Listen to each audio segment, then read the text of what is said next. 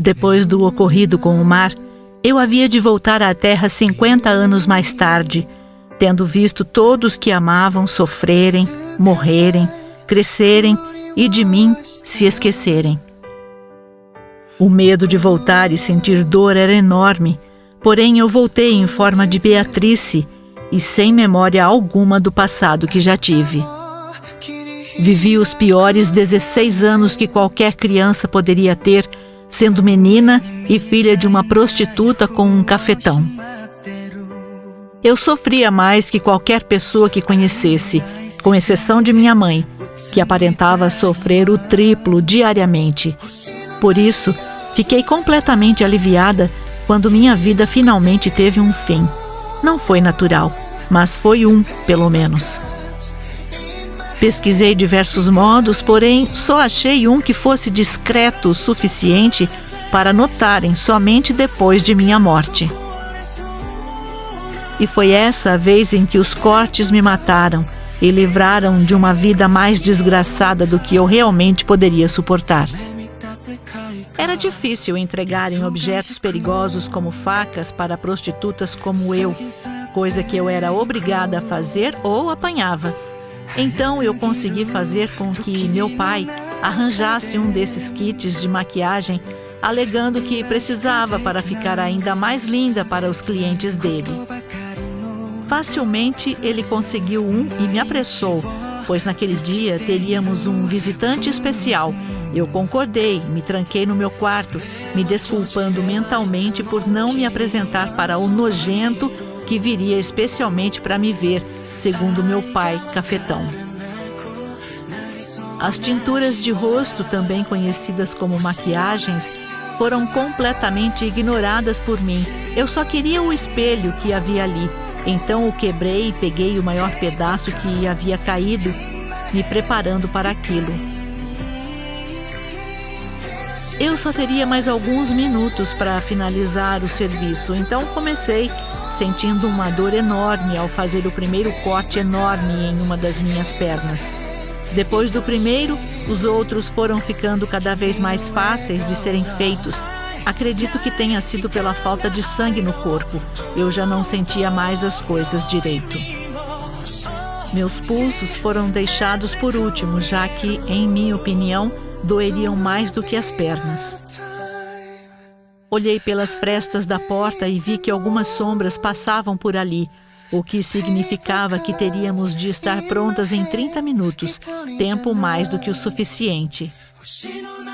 Linhas e linhas se cruzavam por todo o meu corpo. Gotas avermelhadas e sombrias caíam de meus braços e pernas, indo até o chão impuro do inferno em que eu vivia. Não lamentava por nada, não tentava chamar ajuda, apesar de todos os ferimentos. Eu finalmente teria paz. Eu me livraria de toda essa maldita realidade que estava fadada a ter. Toque-toque, eu ouvia soar distante de mim incessantemente. Minha mãe me chamava do outro lado, aparentando estar acompanhada de um garoto que ela dizia ter minha idade e querer me conhecer pessoalmente. Acho que o último pensamento lúcido que tive antes de começar a me sentir extremamente fraca foi como eu queria conhecer aquele garoto e como eu não poderia fazê-lo. A partir desse momento, as coisas se tornaram borrões em minha visão. Minha mãe entrou no quarto impaciente, sendo seguida pelo garoto e o cafetão que carregava a chave do quarto. Um grito alto foi solto quando minha progenitora me encontrou largada ao lado de minha cama, sem forças para sequer levantar um dedo, mas com forças o suficiente para mandar o homem conhecido ir se foder, como o mesmo fazia com as suas prostitutas. Passei os olhos pelo ambiente, dando uma rápida análise ao loiro ali, deixando um último suspiro sair de meus lábios antes de ser envolta pela inconsciência, ouvindo o choro de minha mãe e vendo o rosto irritado de meu pai e a feição chateada do garoto. O que ele queria comigo? Por que se importava? Depois disso, eu me encontrei em um tipo de nada, minha alma pelo menos, vendo que fim tomou o meu corpo. Era estranho me ver assim, ao vivo, mas ao mesmo tempo eu sentia como se já tivesse passado por aqui antes, e foi aí que as memórias de minha vida anterior se passaram como um flash por minha mente, fazendo-me sentir inveja de Annelise, inveja de mim mesma.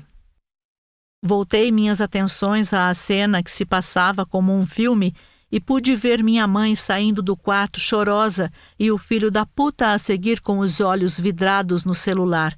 Acho que devia estar chamando alguém para se livrar do corpo que eu costumava ser. Senti a presença de outro indivíduo no quarto e me lembrei do tal loiro, virando-me para ele e me surpreendendo ao ver como as incessantes lágrimas caíam por seu rosto. Mas o que era isso? Ele realmente se sentia mal por minha morte? Por quê?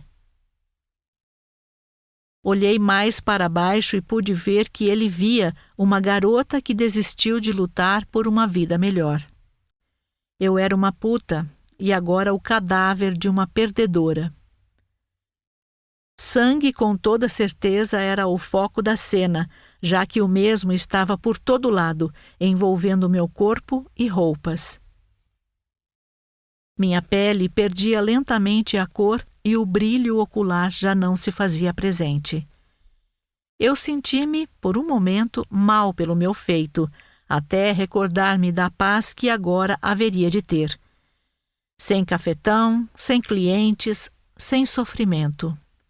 A última coisa que pude ver na terra foi o loiro sair do quarto lentamente, como se não quisesse deixar meu corpo ali, porém o fez, deixando uma trilha de lágrimas pelo caminho. A paz finalmente viria para mim, tudo daria certo agora. Era o que eu pensava, ao ver tudo ao meu redor se iluminar fortemente. Mas eu estava errada, já que a paz nunca veio. Eu fiquei vagando uma vez mais, confusa sobre o fato de que eu nunca conseguia achar a tão falada paz. Pessoas boas não deveriam ir para o céu e passar o resto da eternidade em paz? Por que eu ainda me encontro neste lugar? Eu já tinha até me arrependido do suicídio quando, 50 anos depois, eu senti novamente que retornaria à Terra. Como seria desta vez? Seria tão triste quanto a primeira vez ou seria um alívio como a segunda? Eu teria que aprender tudo novamente, esquecendo das coisas pelas quais já passei, e me tornaria outra pessoa. Mas como seria ela? Isso só vou descobrir quando voltar e crescer, processo que eu vou adorar repetir. Será que minha vida mudaria para água ou para vinho?